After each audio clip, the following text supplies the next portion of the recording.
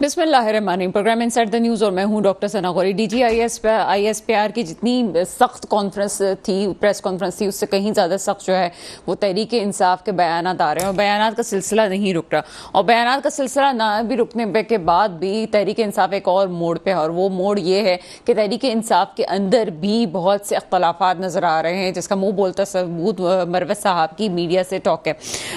ये कहा जा सकता है कि जब कोई लीडर जेल की सलाखों के पीछे होता है तो इस किस्म की बातें होती हैं, लेकिन इन हालात में जबकि पीटीआई खुद सुन्नी इत्तेहाद में जम हो चुकी है, उसमें ये अख्तलाफात सामने नहीं आने चाहिए थे। बहरहाल आगे बात करते हैं। इस वक्त लोग इस बात को तो डिस्कस कर रहे हैं कि डीजी आईएसपीआर की कॉन्फ्रेंस क्या हुई, तहरीक इंसाफ का रद्द-ए-अमल क्या है, क्योंकि कल 9 मई आपको एक तूफान बदतमीजी वैसे भी सोशल मीडिया पे नजर आने वाला है कि कौन ठीक था कौन गलत था। एक इस पे जो एक लोगों का एक बॉर्डर खिंच गया है कि कौन ठीक और कौन गलत, मैं ठीक और मैं गलत। ये चीजें अब आपको कुछ दिन तो नजर आएंगी। गंदम का बहरान सब भूल गए कि हुआ क्या था और उसको बुलाने की कोशिश की जा रही है। मेरी समझ से बाहर है कि क्यों है। आगे जनाब, जिससे सब लोग आंखें बंद करके बैठे हैं, उस मसले को कोई डिस्कस नहीं कर रहा, वो है आईएमएफ। यहाँ पे 2 से 2.5 महीने नई हुकूमत को हो गए, लेकिन उसके बावजूद भी आपको परफॉर्मेंस कहीं नजर नहीं आ रही। ठीक है जनाब, पहली हमारी वजीर आला खातून पंजाब जो है, उनकी बहुत सारी चीज़ें हमारे सामने आ रही हैं, डेवलपमेंट के काम करें, स्पेशली एक खातून होने के ऐसे मैं कहती हूँ कि खवातीन के लिए बहुत से ऐसे काम हो रहे हैं जो कि होने चाहिए, लेकिन क्या उन कामों के लिए कोई मुस्तकबिल में कोई प्लानिंग्स मौजूद हैं? ये तो वही आ गया कि जो ड्रॉप सीन खान साहब की हुकूमत का हुआ था कि ऐलानात बहुत कर दिए गए थे, लेकिन उनकी टीम ने या तो उनके लोगों ने जिन्होंने बड़ी बड़ी बातें कर ली थी, खान साहब को उसकी स्ट्रैटेजी समझाई नहीं थी कि होगा कैसे। अभी मरियम नवाज साहिबा से पंजाब में जो काम हो रहा है उस पर कोई स्ट्रैटेजी नहीं बना पा रही है कि वो काम करेंगी कैसे।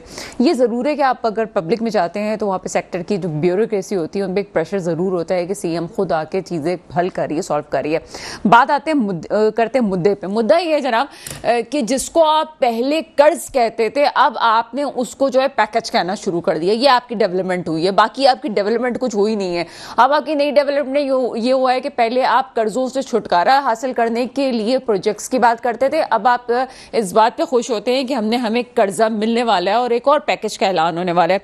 अभी जो रिसेंटली हमारा एक सामने कर्जा आएगा वो अभी तकरीबन 6 अरब डॉलर का मजीद कर्जा होगा, जिसकी अदायगी 3 साल में करनी है। 3 साल में अदायगी कैसे होगी? 3 साल में अदायगी के लिए कहा जा रहा है कि अपने एक्सपेंस को कम किया जाए, या फिर किसी भी तरह से आईएमएफ कहता है कि जनाब इस तरह से वो जो मुख्तलिफ पैकेजेस दिए हैं कि इस तरह से जो है आप आगे काम कर सकते हैं। यानी कि अगर आपने आगे अपना जो बजट बनाना है, जिसके इजलास का ऐलान जो है वो 6 जून को हो चुका है, 6 जून को बजट जो है आपका ऐलान कर दिया जाएगा, कैसे होगा। लेकिन इसमें कोई भी आपके माशी जो मईशत दान है वो बीच में नहीं पड़ेंगे, आपका पड़ेगा आईएमएफ। आपने पूरी की पूरी अपनी इकोनॉमी आईएमएफ को गिरवी रखाई हुई है, आईएमएफ जो कहेगा वो करेंगे। हमारे साथ जो एक बड़ा अजीब सा एक औखा पॉइंट जो हो गया वो ये कि टैक्स देने वाला कौन है? मैं और आप जो तनख्वाहदार लोग हैं। मेरी भी तनख्वाह से टैक्स जाता है। इस वक्त बहुत सारे लोग तनख्वाहदार लोग हैं, वो पहले ही रजिस्टर हो जाते हैं और उसके बाद उनसे तनख्वाह से टैक्स काटा जाता है। रिटेलर्स, उनसे टैक्स कितना लिया जाता है इस पे बात नहीं हो रही। मैं तमाम रिटेलर्स की बात नहीं कर रही जो कि अशराफिया में भी शामिल हो रहे हैं, जिनकी दुकानें बहुत महंगी महंगी होंगी, वो बहुत कम हो सकता है, लेकिन एक्चुअली जो रिटेलर है मेरे मुल्क का वो है तकरीबन 70% इस वक्त इकॉनमी के जो डिपेंड करता है वो रिटेलर्स पे होता है। अब रिटेलर्स पे आप दुकानदारों को भी ला सकते हैं और बहुत सारे से लोग हैं। अब आप कहेंगे रिटेलर खुद कितना कमा रहा है? अगर वो 500 रुपये या 1000 रुपये अपनी दुकान से कमा रहा है, या वो कोई मिडल मैन का काम कर रहा है, तो उससे टैक्स क्यों? जनाब टैक्स तो होगा ना। अगर मैं टैक्स दे रही हूँ, अगर तनख्वाहदार शख्स टैक्स दे रहा है तो उनकी रजिस्ट्रेशन जरूरी है। रजिस्ट्रेशन का अमल कैसे होगा?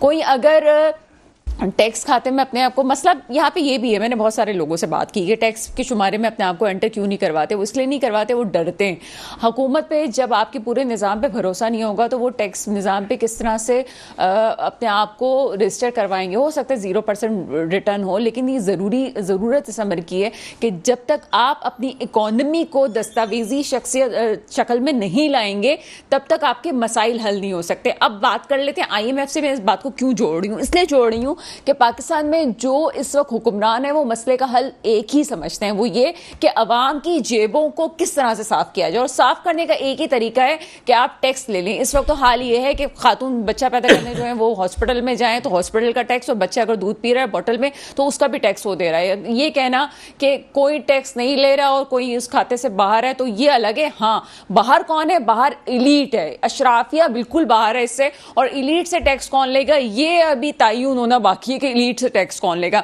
आप अपने अखराजात में कमी नहीं कर रहे हैं। और अखराजात में कमी कैसे होगी कि हुकूमत जो आपकी एक फौज आगे मजीद बनने जाएगी। अभी नए नए ढकोसले हैं कि आप ये कह रहे हैं कि आपकी काबीना बड़ी शॉर्ट होगी, काबीना बहुत आगे अभी आप जाने वाले हैं, देखिए वो होता है क्या आगे। लेकिन इस वक्त हकीकत यह है कि कहीं से भी हुकूमत ने अपने अखराजात में कमी नहीं की है। होने का भी रिसेंट रिपोर्ट आती है कि वो जो आपका प्राइम मिनिस्टर हाउस है उसमें मजीद तज़ीन और आराइश में 16 करोड़ रुपए लग जाते हैं। इतनी बड़ी इकॉनमी में कोई मुझे ये कहे कि जनाब 16 करोड़ क्या चीज़ है? कुछ नहीं है जनाब, 16 करोड़ कुछ नहीं है। लेकिन ये 16 करोड़ होते होते होते होते बहुत बड़ा एक अमाउंट बन जाता है। वो शख्स जो एक महीने के मुश्किल से 50-60 हज़ार रुपए कमा रहा है, आप उससे जाके पूछें कि बिजली का क्या रेट हो रहा है, चीज़ें किस तरह से महंगी हो रही हैं, आप उससे जाके पूछें कि हो क्या रहा है। सारा बोझ इन द एंड जो आगे आने वाला है वो गरीब पे आने वाला है। और गरीब कौन है? तनख्वाहदार तबका है, जो कि मुतवस्सित तबका है, जो कि पिस जाएगा, जिसकी चीखें निकलने वाली है, लेकिन ख्याल किसी को नहीं। क्यों है तनख्वाहदार तबका? क्योंकि उसने अपने आप को गलती कर दी कि टैक्स अंदराज में शामिल कर दिया। अब दो चीज़ें सामने आ गई जिनसे मैं गेस्ट से बात करूंगी। सियासत में बात होगी, बिल्कुल होगी, लेकिन गेस्ट से बात करना इसलिए ज़रूरी है कि वो लोग ठीक है जिन्होंने अपने आप को टैक्स में रजिस्टर करवाया या नहीं भी करवाया तो उनसे ज़बरदस्ती उनके इदारों ने, जाहिर सी बात है आप तनख्वाह लेते हैं तो इदारों का भी फ़र्ज़ होता है कि वो उसमें एंटर करवाएं। या उनके साथ गलत हुआ, या जो रिटेलर नहीं इस मद में आ रहा उसके साथ गलत हो रहा है, या फिर ये चीज़ के अशराफिया टैक्स नहीं दे रही और हुकूमत को अपने एक्सपेंस को कम करना चाहिए, तभी आप इसको बजट खसारे को कम कर सकते हैं। अदरवाइज आपके पास कोई चारा नहीं है। होगा क्या? हल की तरफ जाते हैं। सियासी मौज़ूआत पे भी बात करेंगे। मेरे साथ इस वक्त मौजूद है फारूक डाडी साहब। आप तज़ियाकार हैं सर, प्रोग्राम में आपको वेलकम करते हैं। कुछ देर में मुझे ज्वाइन करेंगे मेरे मुअज़्ज़ज़ मेहमान शाहिद हसन सिद्दीकी साहब, माशी तज़ियाकार हैं, और इसरा अब्बासी साहब भी हमें ज्वाइन करेंगे तहरीक हिसाब से। फारूक डाडी साहब, बात करना जरूरी थी, इंट्रोडक्टरी पार्ट आपने सुना, क्या कहेंगे इस वक्त? देखिए, बिल्कुल आपने जो बताया मैं आपसे बिल्कुल मुत्तफिक हूँ कि इस मुल्क का अलमिया ही ये है कि अशराफिया को सारी मराहत मिलती है और उसका नज़ला जो है वो आम आवाम पे पड़ता है। और आप ये देखिए कि अशराफिया अगर कोई टैक्स देती भी है तो वो इनकम टैक्स से रिटर्न वापस ले लेती है और उसके भी रेट फिक्स है। जो इनकम टैक्स अफसर या कमिश्नर, यहाँ पे अगर आपके केस में कोई फ्लॉ नहीं है फिर भी आपने 30% देने, अगर कोई नुक्ता उसमें निकल आया तो 40-50, यानी कि एक सिलसिला ये है वो रिफंड। यहाँ तक कि हम जो मोबाइल फोन के टैक्स जो हमारा कटता है ना वो तक वो एडजस्ट करवाते हैं। तो कहने का मकसद है गरीब आवाम के ऊपर ये सारा बोझ होता है। तो मैं पहले भी बहुत मरतबा कह चुका हूँ कि इन अशराफिया, इस एलीट क्लास को जो मरात है वो टोटली बंद होनी चाहिए ताकि इनको आम आवाम का, गरीब इंसान का एहसास हो कि वो किस तकदूर से गुजर रहा है। अभी आप देखें कि इस वक्त इतना सख्त बजट आने वाला है कि ये बजट पाकिस्तानी ना तो कोई मईशतदान बना रहा है, ये सारा IMF बनाएगा। और IMF जाहिर बात है कि वो आपको जो पैसे दे रहा है उसको अपनी सिक्योरिटी भी चाहिए। IMF का एक अपना सियासी रोल भी है और बहुत सारे और अवामिल हैं जो कि हम उसकी गिर्द में हैं। अब बात ये कि मैंने अपने पिछले प्रोग्रामों में ये बात कही थी कि हम इस वक्त तकरीबन 130 अरब डॉलर के मकरूज हैं IMF के, और सबसे ज्यादा जो कर्जा लिया गया 2008 से 2018 तक, यानी कि 34 अरब डॉलर 2018 में मुशर्रफ छोड़ के 2008 में मुशर्रफ छोड़ के गए थे, तो 2008 से 18 तक ये 94 बिलियन डॉलर तक पहुंच गया। तो सवाल ये पैदा होता है कि पैसा खर्च कहाँ हुआ, कौन सा ऐसा प्रोजेक्ट है जो किया गया। 2012-13 में नवाज शरीफ की हुकूमत ने 34 अरब डॉलर IMF से कर्जा लिया। तो सवाल ये मैं पूछता हूं कि ये पैसा खर्च कहाँ किया गया। तो मेरी डिमांड एज ए पाकिस्तानी ये है कि इसका एक मुकम्मल तौर पे ऑडिट होना चाहिए कि ये पैसा किसने कहाँ खर्च किया, कौन से प्रोजेक्ट पे ये पैसा खर्च हुआ, और पाकिस्तानी अवाम अल्टीमेटली रिसीविंग एंड पे, और ये सारा नजला और सारा कर्ज आज हम भुगत रहे हैं, पेट्रोल की शक्ल में, महंगाई की शक्ल में, हर चीज की शक्ल में। मैं कोई मेरा ख्याल है 5-6 रोज पहले की बात है, टीवी पे देख रहा था कि एक बच्ची कोई मेरा ख्याल है 18 या 20 साल की होगी, वो बहुत ज़ारो कतार रोड पे बैठी रो रही थी। तो पता ये चला कि अपाज बाप है, बेटियां घरों में काम करती करती 2 वक्त का मुश्किल से घर में खाना पकाते हैं, और 21,000 रुपए गैस का बिल आया। अब मुझे बताएं कि क्या तमाशा बनाया हुआ है कि लोगों की तनख्वाहों से 10 गुना ज्यादा आपके यूटिलिटी बिल्स आ रहे हैं, तो आप बच्चों को क्या पढ़ाएं, घर में खाना क्या पकाएं, या एसी के पीछे चलते रहें। अब आप देखें कि आईपीपीज का सारा नजला हमारे ऊपर, तो ये आईपीपीज जो है इसको क्यों खत्म नहीं किया जाता? इनकी तो मियाद ही खत्म हो गई है। इन्होंने पहले लोगों को सीएनजी के पीछे लगाया, ये नहीं करते कि रिसर्च एंड डेवलप करें, R&D में देखें कि भाई आगे कितने साल तक हमारे पास क्या वसाइल है और कब तक ये गैस चल सकती है। अब इनको वहां पे लगा, अब गैस खत्म होगी, लोगों ने अरबों रुपए की जो सरमाया की थी पंप की सूरत में, और जो वो सारा जाया हो गया। दूसरी चीज ये है कि फिर सोलर पे लगा दिया, चलो सबने सोलर लगाया, अब उसके ऊपर भी टैक्स लगा रहे हैं और मजीद टैक्स लगाएंगे। तो ये सारी प्रोटेक्शन जो दी जा रही है ये आईपीपीस को दी जा रही है, तो इसका कोई सद्देपाब होना चाहिए कि वो हमें 1% की बिजली हम ना भी लें तो हमें उनके पैसे देने। और अब उन्होंने डिमांड की है इन आईपीपीस ने कि हमें पाकिस्तान में पैसा नहीं चाहिए, हमें तो आप इंटरनेशनल उसके अंदर फॉरेन एक्सचेंज में, यहाँ तो हम देते थे, कहते नहीं यहाँ की बैंकों को कोई भरोसा नहीं, हमें तो आप बाहर दें। तो अब ये देखे ना, ये वही लोग हैं आज अगर बैठे हुए, ये वही लोग हैं जिनके जो शुगर माफिया थी। असल में मैं चाहती हूँ कि मतलब आसान लफ्जों में अगर हम मसले को समझने की कोशिश करें तो वो है क्या। मुझे बताइएगा, मेरे गेस्ट ने मुझे ज्वाइन कर लिया, शाहिद हसन सिद्दीकी साहब ने। ठीक है, शायद हसन सिद्दीकी साहब भी मुझे ज्वाइन कर लेंगे कुछ देर में, लेकिन फारूक लाठी साहब, मैं इस वक्त मसले का हल देखना चाहती हूँ। मैंने जैसे बात की कि प्रॉब्लम हल कैसे होगा, ठीक है, अब तो हम कर्जा लेने पे मजबूर हैं, ठीक है, अगर नहीं लेंगे तो मजीद टैक्सेस और मजीद चीज़ें हमारे पास सामने आएंगी। अब उस मजबूरी में एक काम हो चुका है, हल किया है। क्या लोगों को टैक्स के दायरे में शामिल करना ये हल है, या ये हल है कि जो अशराफिया है उनसे उनकी कमाई का हिसाब मांगा जाए, और बाकी उनको ठीक है अगर टैक्स जुमरे में है भी तो उनसे बाकी उतना टैक्स लिया जाए जितना टैक्स हो सकता है, या फिर हुकूमत को अपने अखराजात में कमी करने की ज़रूरत है? मसले का हल क्या है?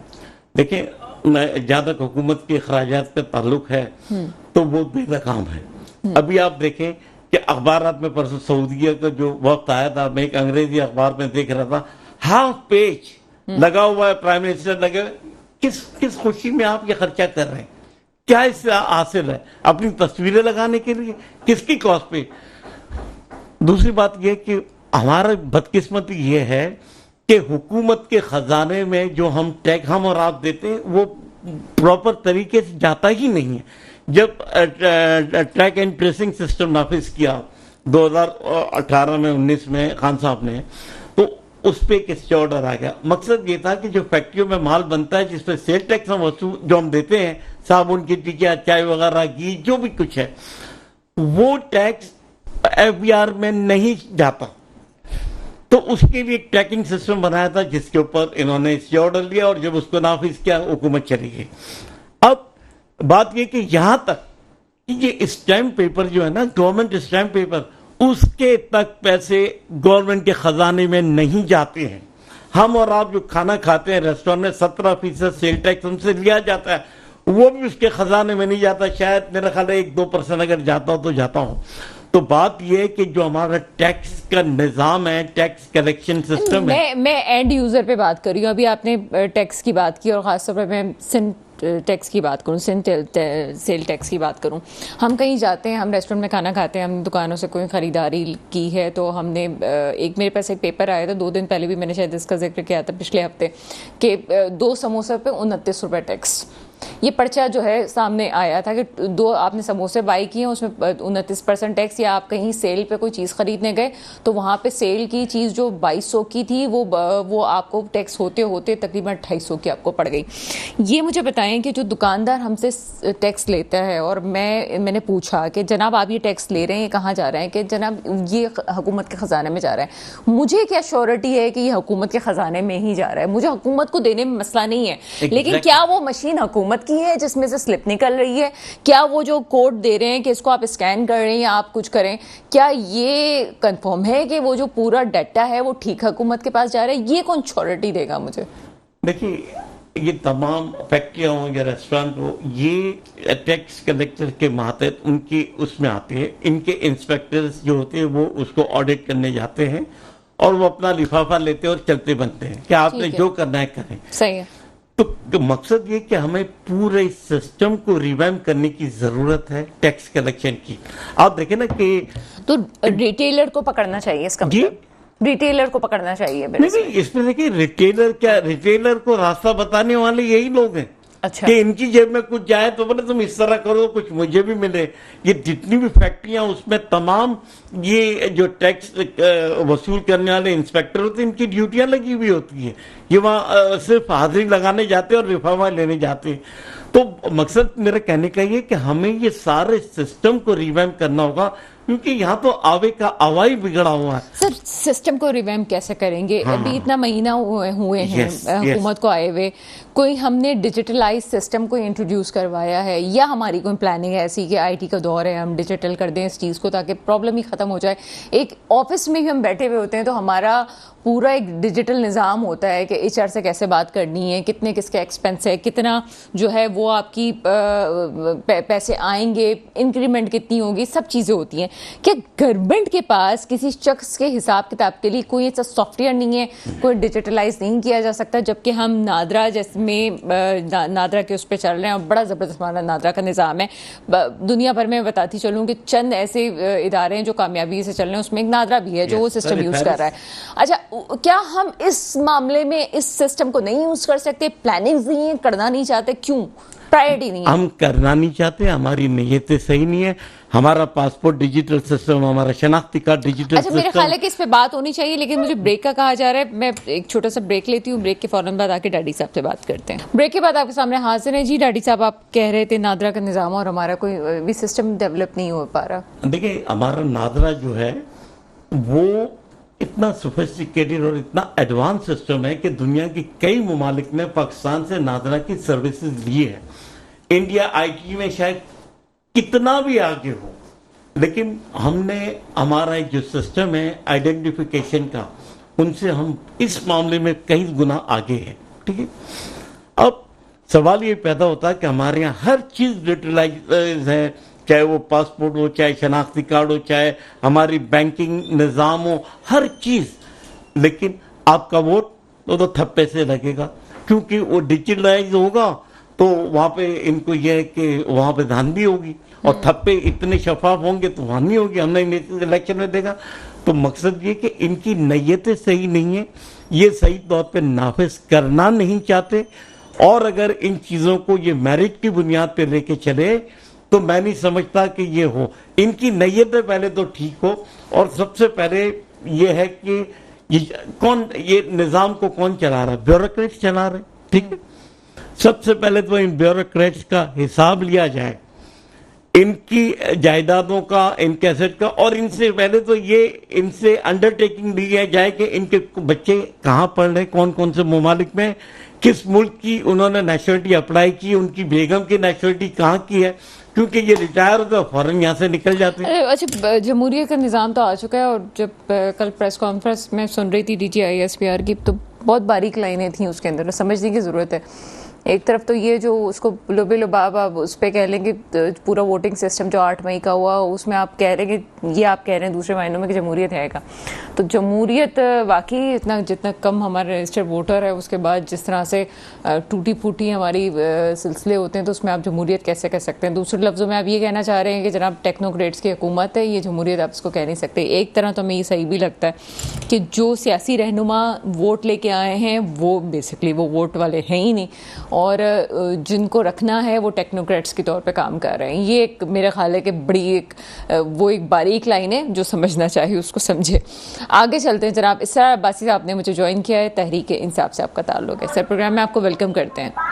बहुत शुक्रिया। इसरार अब्बासी साहब, ठीक है, तहरीक इंसाफ में बड़ा बुरा वक्त आया है, और वो जो कहना कि जनाब आँख के दरिया को अबूर करते हुए आए हैं, और मरवा साहब की प्रेस कॉन्फ्रेंस, एक तो उनका अंदाज़ बड़ा मुख्तलिफ अंदाज़ है इस वक्त इस तरह की, जबकि आपकी DGISPR की कॉन्फ्रेंस आती है, उसके जवाब में आपके मुख्तलिफ रहनुमा बात करते हैं। रऊफ हसन साहब की भी हमने बड़ी एक प्रेस कॉन्फ्रेंस सुनी है, खान साहब का भी जो है वो पॉइंट ऑफ व्यू उस पर आ चुका है। अब मरवा साहब स्क्रीन के सामने आके बात कर रहे हैं, आपके पार्टी के इमेज को आप नहीं समझते कि डैमेज हो रहा है ये इन तमाम हालात से किया जा रहा है? बहुत शुक्रिया डॉक्टर साहब। असल में सबसे बड़ा इशू ये है कि पाकिस्तान तहरीक इंसाफ इस वक्त मुल्क की सबसे बड़ी सियासी जमात है, और उसमें मुख्तलिफ ख्याल लोग मौजूद हैं, और हर बंदे का एक अपना मिजाज है गुफ्तगू करने का। मैंने इससे पहले भी 1-2 प्रोग्राम में मरवा साहब के बारे में फरमाया कि मरवा साहब हमारी टीम के शाहिद आफरीदी हैं। अब शाहिद आफरीदी को आप किस हद तक रिलायबल समझते हैं, सारी चीजें समझते हैं, वो आपको बहुत अच्छे तरीके से अंदाजा होगा। मैं ये समझता हूँ कि पार्टी का जो असल स्पोक्स पर्सन है वो रऊफ हसन साहब है। रऊफ हसन साहब के पास वो जिम्मेदारी मौजूद है कि वो पार्टी का ऑफिशियल स्टांस दें, पार्टी के बारे में जो पार्टी की लाइन है उसको हकीकी तर्जुमानी का जो हक हासिल है इस वक्त वो रऊफ हसन साहब को है। तो मरवत साहब हो जाएं, बैरिस्टर गौहर हो जाएं, हर एक पार्टी का रहनुमा है, हर एक की राय मुख्तलिफ हो सकती है, हर एक का अंदाज मुख्तलिफ हो सकता है, लेकिन जो मैं जाती तौर पे being a founder member of the party and the ideological worker, मेरे नजदीक जो PTI की तर्जुमानी का राइट इस वक्त है वो रऊफ हसन साहब के पास। सर ठीक है, वो बात सही है, यहाँ पे तर्जुमानी वाला में मसला नहीं है। आपके 2 मेंबरान पे बाकायदा इल्ज़ाम लगाया गया है कि मरवा साहब ये कहते हैं जनाब मुझे पीछे करने में या मुझे ओहदा ना देने में ये 2 अफराद का नाम है, इसको किस तरह से आप डिफाइन करेंगे?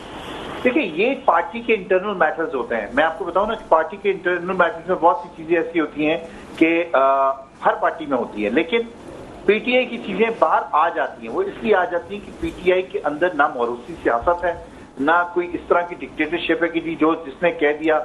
इवन आपको मैं बैक पे अगर लेके जाऊं आज से कुछ 10 साल पहले, तो इमरान खान साहब के बहुत से फैसले जो थे एज ए चेयरमैन ओवरटर्न कर दिया पार्टी ने। हालांकि ऐसा कभी नहीं होता कि जो हेड ऑफ द पार्टी है उसके फैसलों को ओवरटर्न किया जाए। क्या पीपुल्स पार्टी में या नून लीग में या किसी और सियासी जमात में इस तरह की रिवायत मौजूद है?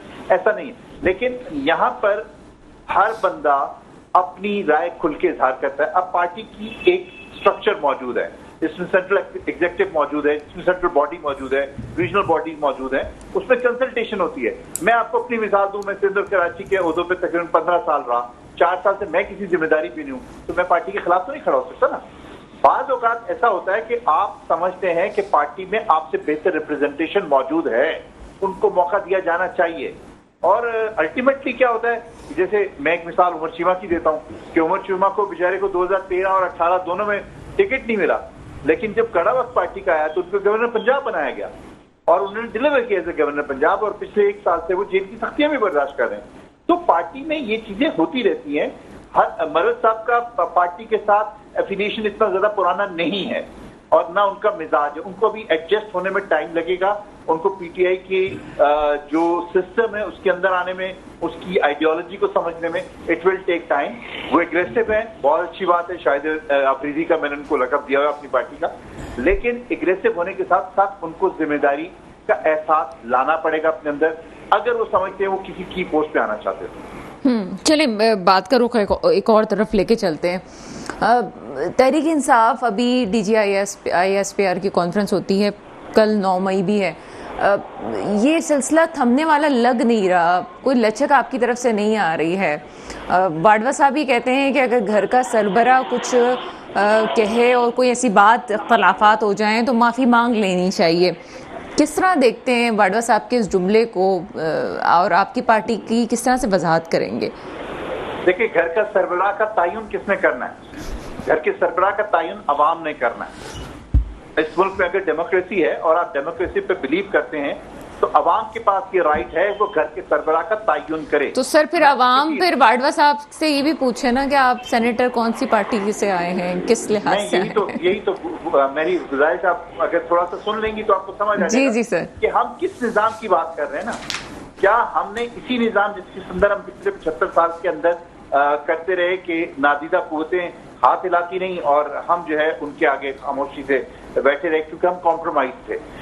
पॉलिटिकल पार्टीज अगर कॉम्प्रोमाइज होना बंद कर दें, आप मुझे बताइए क्या मुस्लिम लीग नून ने ये सांस नहीं लिए थे जो आज पीटीआई का सांस है? क्या पीपुल्स पार्टी ने सांस नहीं लिए थे? सब ने लिए, लेकिन क्या किया? डिविएट किया अपने सांस से कि जब थोड़ी सी सख्ती आई तो उन्होंने डिविएट किया। अब हमारा मुतालबा क्या है? बीइंग अ पॉलिटिकल पार्टी हम उस सारी चीज को गुज़िश्ता 1 साल से फेस कर रहे हैं और आज हम एक डिमांड करते हैं कि इसका एक जुडिशियल कमीशन बना के इसकी इंक्वायरी कर दें। जो लोग इसमें मुलव्विस हैं उन्हें सजा दें, उनके फैक्ट सामने लाएं। ऐसा तो नहीं है ना कि आप सिर्फ 1 साल से मलाइन किए जा रहे हैं विदाउट एनी फैक्ट्स के कर दिया जी पीटीआई ने कर दिया। भाई अगर पीटीआई ने किया तो आपके पास 1 साल से सारी चीजें मौजूद थी, आप अब तक क्यों स्टैब्लिश नहीं कर सके कि पीटीआई की कितनी इन्वॉल्वमेंट थी या कितने लोग इन्वॉल्व थे? तो ये क्वेश्चन जो उठता है वो इसलिए उठता है कि हमारे पास भी तो कुछ चीजें, बीइंग अ पॉलिटिकल पार्टी, हम अगर एक मुतालबा कर रहे हैं कि एक जुडिशियल कमीशन हो तो हम जुडिशियल कमीशन में हमारा भी राइट है कि हम पेश करें कि हमारे खिलाफ क्या किया गया। यानी वो पार्टी जो मुल्क में इलेक्शन की डिमांड कर रही थी उसने अपनी 2 सूबाई गवर्नमेंटें कुर्बान की, तो वो क्या इस तरह की एनार्की चाहती थी जिसके नतीजे में इलेक्शन ना हो? क्या ये पॉसिबल था? और इस साने के जो जिम्मेदारान हैं वो बेनिफिशरीज हैं। PTI is not a beneficiary of that, PTI is victim of that. तो हमें हमारा जो मुतालबा हमने वाला है, हम तो सीधी सी बात कर रहे हैं कि अगर इसमें मैं भी मुलव्विस हूं और मैंने भी किसी इदारे के खिलाफ या मुल्क के खिलाफ कोई कार्रवाई की है तो मेरे खिलाफ भी कार्रवाई होनी चाहिए। एक आपका पॉइंट ऑफ व्यू है, एक फौज के ने एक जो है वहाँ पे spokes person point of view देते हैं, एक हुकूमत का पॉइंट ऑफ व्यू आता है। 9 मई पे पॉइंट स्कोरिंग हो रही है अभी गवर्नमेंट की तरफ से। एक होता है कि जल्दी पे तेल डालने वाली बात है। कुंडी साहब की भी प्रेस कॉन्फ्रेंस हम देख चुके हैं, वो मीडिया से किस तरह की बात कर रहे थे, यानी कि कोई भी हर कोई चोर साबित करने पे दूसरे को लगा हुआ है। मसले की हल की तरफ जाते हैं सर अब्बासी साहब, कैसे मसला हल होगा? मसला देखिए, मैं फिर वही कह रहा हूँ, आपका और मेरा तनाजा है डॉक्टर साहब, तो हम एक थर्ड फरीक पे जाएंगे कि जिस पर आपको भी एतमाद हासिल हो, मुझे भी एतमाद हासिल हो। अदरवाइज आप अपना पॉइंट ऑफ व्यू रखोगी, मैं अपना पॉइंट ऑफ व्यू रखूंगा। आप मेरे पॉइंट ऑफ व्यू को कबूल करने के लिए तैयार नहीं है, मैं आपके पॉइंट ऑफ व्यू को कबूल करने के लिए। तो जो सालिसी होता है, एक देखिए किसी भी मुल्क के अंदर जुडिशरी एक ऐसी चीज है जो फायदा, जिसके ऊपर इस वक्त तक काफी, हालांकि उसके भी ऊपर क्वेश्चंस हैं कि हम दिन ब दिन नंबरिंग से नीचे क्यों जाते जा रहे हैं आलमी जो रैंकिंग इंसाफी। लेकिन मैं फिर कहता हूँ, बीइंग अ डेमोक्रेट, मेरा स्ट्रॉन्ग बिलीव है कि जिस मुल्क के अंदर जुडिशरी काम कर रही हो वो मुल्क कोलैप्स नहीं कर सकता। और अल्लाह ना करे जुडिशरी कोलैप्स करती है फिर मुल्क का बचना मुश्किल है, क्योंकि फिर ताकतवर का कानून होगा जंगल का कानून। जिसके पास ताकत है वो कमजोर को दबाएगा। एक कमजोर को जो प्रोटेक्ट करता है ताकतवर से, वो जुडिशरी का निजाम करता है। तो judicial commission is the Wahid solution है कि जिसमें ये फैक्ट्स जो हमारे अगेंस्ट फैक्ट्स हैं इदारों के पास हैं, चाहे वो गवर्नमेंट के पास हैं, वो पॉलिटिकल पार्टीज के पास हैं, वो लेके आए, हम अपने फैक्ट्स लेके आते हैं। लेट द कोर्ट डिसाइड कि कौन सही है और कौन गलत है। चलिए सर, बहुत शुक्रिया आप मेरे साथ प्रोग्राम में मौजूद है। मसला यहाँ पे मुझे जो लगता है वो ये है कि इस वक्त जिस तरह से अदालतों को प्रेशराइज करने पे रिमार्क्स आए हैं, ये कोई छोटी बात नहीं है। ये तारीख याद रखेगी कि अगर सुप्रीम कोर्ट में ये बात कही जा रही है कि वो क्या चीज़ें जो सीरियस थ्रेड हैं, और ये सीरियस बात है कि जिसको सोचना चाहिए, इसके पे भी इंक्वायरी होनी चाहिए कि अदालतों को थ्रेट किस तरह से किया जा रहा है अगर प्रेशराइज किया जा रहा है। तो बहुत सारी चीज़ें मैं समझती हूँ कि चीज़ें करेक्शंस की तरफ भी जा रही हैं। चलें जनाब, एक ब्रेक लेते हैं, ब्रेक के बाद मजीद मौज़ूआत पे बात करते हैं। ब्रेक के बाद आपके सामने हाजिर हैं और प्रोग्राम के पहले चंक में जिस तरह से हम बात कर रहे थे इकोनॉमी के हवाले से, आगे आ रहा है बजट, और बजट में जो चीज़ें डिज़ाइन की जा रही हैं वो आपके मेरे इकोनॉमिस्ट कोई माशी माहिरीन नहीं रख रहे हैं, वो आपके IMF की शराइत हैं और उन शराइत के तहत ही तमाम चीज़ें डिज़ाइन हो रही हैं। आवाम पे कितना बोझ आएगा, किस तरह से चीज़ें देखी जाएंगी, दस्तावेजी डॉक्यूमेंट में क्या टैक्स के खाते ही हैं या और बहुत सारी चीज़ें हैं जो मुल्क को मुल्क की इकॉनमी को बेहतर बना सकती हैं, क्या इसमें मज़ीद बोझ आवाम पे पड़ेगा, वो लोग जो कि टैक्स खाते में शामिल हैं, या फिर उन हुकूमत को अपने अखराजात को कम करने की ज़रूरत है? तमाम मौज़ूआत पे बात करेंगे। शाहिद हसन सिद्दीकी साहब मुझे ज्वाइन कर चुके हैं, आप माशी तज्ज़ियाकार हैं। सर, प्रोग्राम में आपको वेलकम करते हैं। शुक्रिया जनाब। सर, क्या समझते हैं इस वक्त बजट आने वाला है और IMF की शराइत भी हैं, तीसरा पैकेज जिसको अब हम पैकेज का नाम देने लगे, हालांकि कर्जा है, ये डेवलपमेंट मुझे लगता है हुई है कि हमने लफ्ज़ चेंज कर दिया है। क्या ज़रूरी है? क्या लोगों को टैक्स में शामिल करना ज़रूरी है, उनकी एंट्री ज़रूरी है, रजिस्ट्रेशन ज़रूरी है, या उससे ज़्यादा ज़रूरी ये है कि टैक्स हम लेते किस तरह से हैं, उसके निज़ाम को बेहतर होना ज़रूरी है, या सिर्फ टैक्स से ही काम चलाना है, बाकी हमें कोई डेवलपमेंट के काम नहीं करने या अपने एक्सपेंस को कम नहीं करना? मसले का हल क्या है? देखिए, आपने जो है ना बहुत अहम नुकात उठा दिए हैं। पहले मैं आपको एक बुनियादी बात बता दूं। जी सर। इस वक्त पाकिस्तान की आवाम पर टैक्सों का बेतहाशा बोझ है। इनडायरेक्ट टैक्सेस, GST हो गया, और इसके अलावा पेट्रोलियम लेवी है, आवाम पर बोझ है, और एक खास तबका जो है ना इससे फायदा उठा रहा है। आज पहली दफा पाकिस्तान की तारीख में ये हुआ है कि वफाक के पास जो नेट रेवेन्यू जमा होते हैं, वफाक के पास नेट, उनसे जो मुल्की कर्जे हैं उनका सूद अदा नहीं हो सकता। इसका मतलब ये है कि 25 करोड़ आवाम जो कुछ दे रहे हैं वो तो आपका नेट अमाउंट तो सूद में चला गया, तो आवाम जो टैक्स दे रहे हैं उनको उसके बदले में क्या मिला? यानी तवक्को ये होती है कि मैं अगर टैक्स दे रहे हैं तो फिर हुकूमत मुझे तालीम, सेहत, साफ पानी की फराहमी, ये ट्रांसपोर्ट और निजामी सारी चीजें करें। तो पहली चीज तो ये है कि वो बिल्कुल पाकिस्तान में नहीं मिल रहा। दूसरी बात ये है कि खास तबका जो है वो पाकिस्तान में जो है वो बेतहाशा फायदा उठा रहा है और उसका बोझ आवाम पर डाले जाते हैं। तो अभी जो हमारे पास अंदाजा दे रहा है वो ये है कि जो पाकिस्तान का ताकतवर तबके हैं उनको 8,000 अरब रुपया जो है महीने की वो आपको मिल जाती है, वो सहूलियात, सालाना की सहूलियात, वो भी बोझ आवाम पे पड़ जाता है।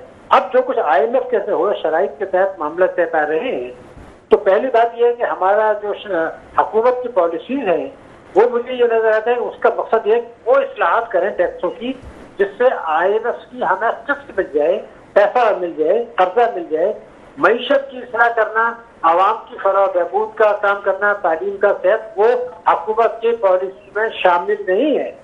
तो जो भी कुछ टैक्सेस लगेंगे वो आवाम पर इसलिए लगेंगे कि उसकी बाद वो हम कर्जों IMF की शर्त पूरी हो ताकि वो सूद मिल जाए। ये वो परेशानी की बात है। और दूसरी बात ये कि ये जो प्रोग्राम हमारा 3 साल का होगा और ये 24वां प्रोग्राम होगा 1965 से अब तक। इसका मतलब ये है कि खदशा यही है कि जो पॉलिसी ये बना रहे हैं उसका वह है कि आइंदा भी 3 बरस के बाद फिर हमें मरतबा फिर IMF की जरूरत पड़ेगी।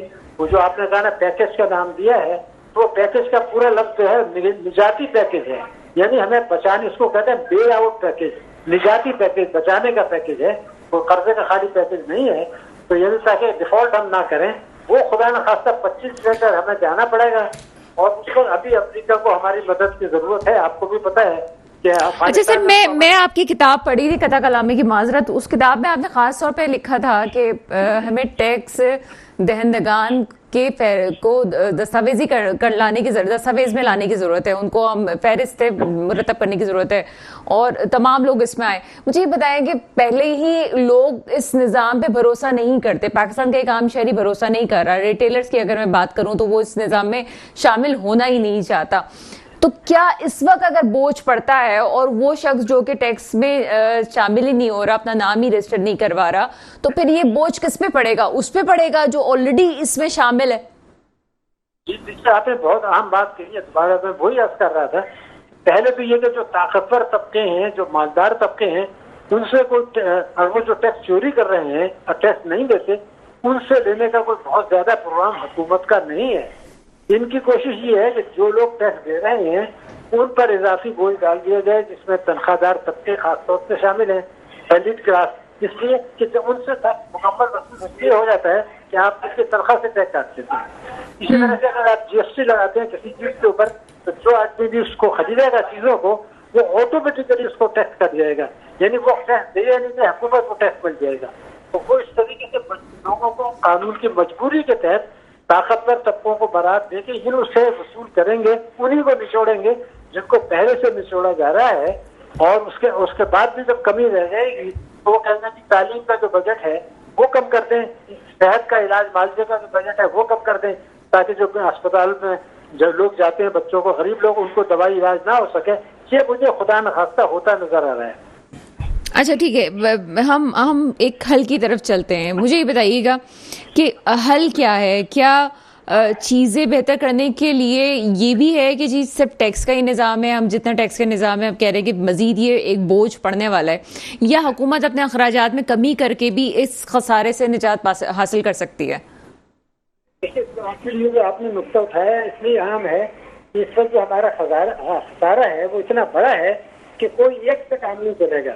यानी टैक्स भी हमें बढ़ाने हैं और अखराजात जो गैर जरूरी हैं उसमें भी कमी करनी है। ये नहीं हो सकता कि आप खाली अखराजात आप कम कर दें और टैक्स ना बढ़ाएं, तो भी हमारा काम पूरा नहीं होगा। लेकिन अखराजात कम करना तो जरूरी है, मगर जब हम ये कहते हैं कि आप टैक्स की वसूली बढ़ाएं, तो हमारा मतलब ये होता है कि जो लोग टैक्स चोरी कर रहे हैं, जिनको टैक्स देना चाहिए और वो नहीं दे रहे, उनसे वसूल करें।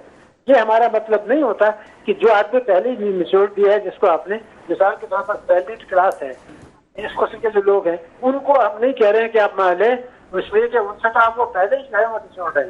तो मेरा जो इशारा है कि आप टैक्स वसूली बढ़ाएं, मतलब ये है कि जो चोरी कर रहे हैं, जिनसे आप टैक्स नहीं दे रहे, उनसे वसूल करें, और जो पहले जा रहे हैं उनको बरात दें थोड़ी सी, और अपने अखराजात में कमी करें। स्टेट बैंक का जो डिस्काउंट रेट होता है वो बहुत ज्यादा है, उसको कम करने की जरूरत है। अभी मेरे ख्याल से अभी उनको जून में ही कम करना पड़ेगा, वो हम कम करेंगे तो सूद की रकम भी हमारी बच जाएगी। ठीक है, इस तरह शाहिद सिद्दीकी साहब, आखिरी सवाल मैं आपसे पूछना चाहूंगी कि क्या इस निज़ाम को, जिस तरह से तनख्वाहदार लोग होते हैं, वो उनका निज़ाम एक फिक्स है, इदारा फिक्स कर देता है, वो रजिस्टर हो जाते हैं, उनकी तनख्वाह में से टैक्स कट जाता है, क्या ऐसा कोई डिजिटल निज़ाम नहीं लाया जा सकता, प्लानिंग्स नहीं की जा सकती जिसमें रिटेलर भी आए, जिसका टैक्स पहले ही कट जाया करे और मुल्की ख़जाने में इस तरह से फ़ायदा हो, या ये जो अशराफियाँ हैं ये उस टैक्स निज़ाम में शामिल हो जाए बाकायदा? क्या इतनी IT ने तरक्की कर दी, क्या ये सोल्यूशन नहीं है इसका कि हम डिजिटल चीज़ों पे चले जाएं इस वक्त? देखिए, ये डिजिटल की बात हो रही है, ये आज कोई नई बात नहीं है, ये 2001 में भी हुई थी और उसके बाद भी हुई थी। मशीन में तो ये है कि आप फीड करेंगे तो होगा ना, जब आप उसका इंफॉर्मेशन फीड ही नहीं करेंगे तो फिर डिजिटलाइजेशन का मतलब क्या है? अगर आपके यहाँ 80,000 अरब रुपए का काला धन है तो डिजिटलाइजेशन उसका क्या बिगाड़ देगा? उसमें जब तक वो जो आदमी है वो उसमें इंफॉर्मेशन नहीं डालेगा, मिसाल के तौर आप डालते हैं कि जितना बैंक अकाउंट है उसमें डालते हैं, आप लोगों के पास जो प्रॉपर्टी है वो डाल दें, गाड़ियां हैं वो डाल दें, तो वो आपको बता देगा कि ये है। और जब उसने बता दिया तो फिर आप उनको खत लिखेंगे। अगर वो बता दीजिए और आप उनको खत नहीं लिखें या उनसे पैसे वसूल नहीं करें तो कोई फायदा नहीं होगा। तो बेसिकली ये सारे डिजिटलाइजेशन वगैरह जो है ये ताखीरी हरबे हैं।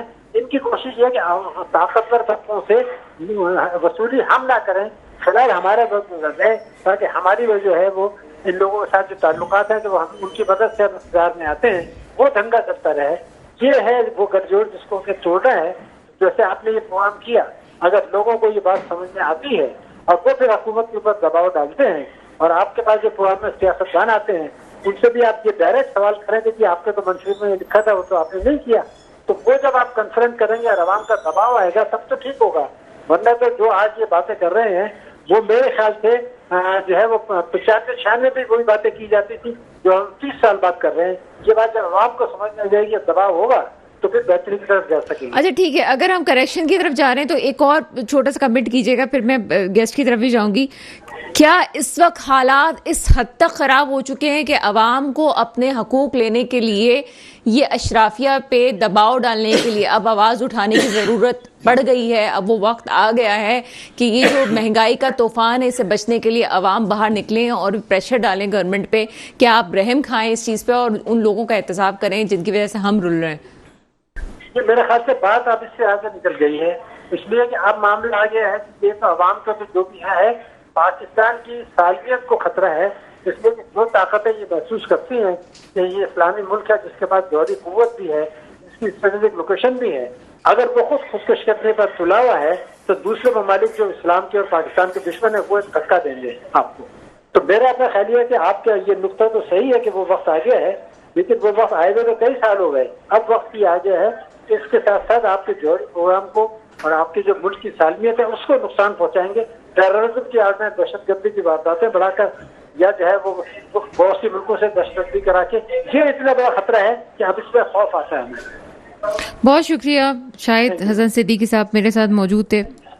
फारूक राठी साहब क्या कमेंट करेंगे? काफी खतरनाक बातें कर गए हैं शाहिद हसन सिद्दीकी साहब। मैं इस बात को जरा आगे लेके चलूं कि देखिए हमारे मुल्क के अंदर जो निजाम है उसमें लाइक टैक्सेशन का लो या इंपोर्ट प्री इंपोर्ट वगैरह का कर लें, तो उसके अंदर मार्कअप और मार्जिन ऑफ प्रॉफिट की कोई हद नहीं है। आप पिछले दिनों देखिए 4 दिन पहले एक कंपनी ने अपनी एक गाड़ी पे 15 लाख रुपए कम किए, उसके बाद एक और कंपनी ने पूछना चाहिए ना बढ़ाई क्यों थे? तो आप मार्जिन ऑफ मैंने इस पर रिसर्च की, मैं आपको बताता हूँ। देखिए होता क्या है कि ये जो कार मैन्युफैक्चरिंग कंपनीज वाले हैं जो गाड़ियां यहाँ बनाते हैं, असेंबल कह लें सर, मैन्युफैक्चर भी छोड़ने इसको, तो ये क्या करते हैं अपनी जरूरत से 10 गुना ज्यादा माल यहाँ पे इंपोर्ट करते हैं, क्योंकि वो टैक्स फ्री होता है, ड्यूटी फ्री होता है। अपना माल कंज्यूम करने के बाद सारा माल वो मार्केटों में बेच देते हैं, यानी कि ओपन। मैं और आप अगर उस माल को इंपोर्ट करेंगे तो उस पर ड्यूटी देंगे, और ड्यूटी देने के बाद हम उनके साथ कंपीट नहीं कर सकते। तो बात सारी ये है कि उनको क्या है, वो तो हड्डी मुंह में डाल देते हैं, वो एक सिस्टम चलता रहता है। तो ये जो चीजें हैं इसने हमारा निजाम खराब किया। जो फैसिलिटीज वो हुकूमत पाकिस्तान से टैक्स की ड्यूटी की मद में लेते हैं, उसके रेशो के हिसाब से ना तो एम्प्लॉयमेंट है, ना वो टैक्सेशन में वो कंट्रीब्यूशन करते हैं।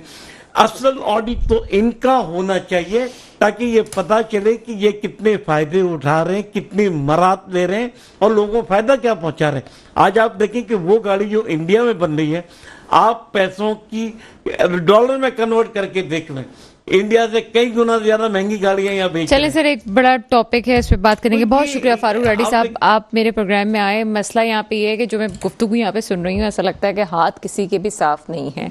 हर कोई इसकी तबाही में अपना हिस्सा डाल रहा है। अगर मैं और आप तबाही में हिस्सा डालने से बचना चाहते हैं तो कम से कम हम अपना एहतसाब कर सकते हैं कि उस ज़वाल अखलाक का शिकार ना हो जिस पे आज हुक्मरान जो हैं वो शामिल हो चुके हैं।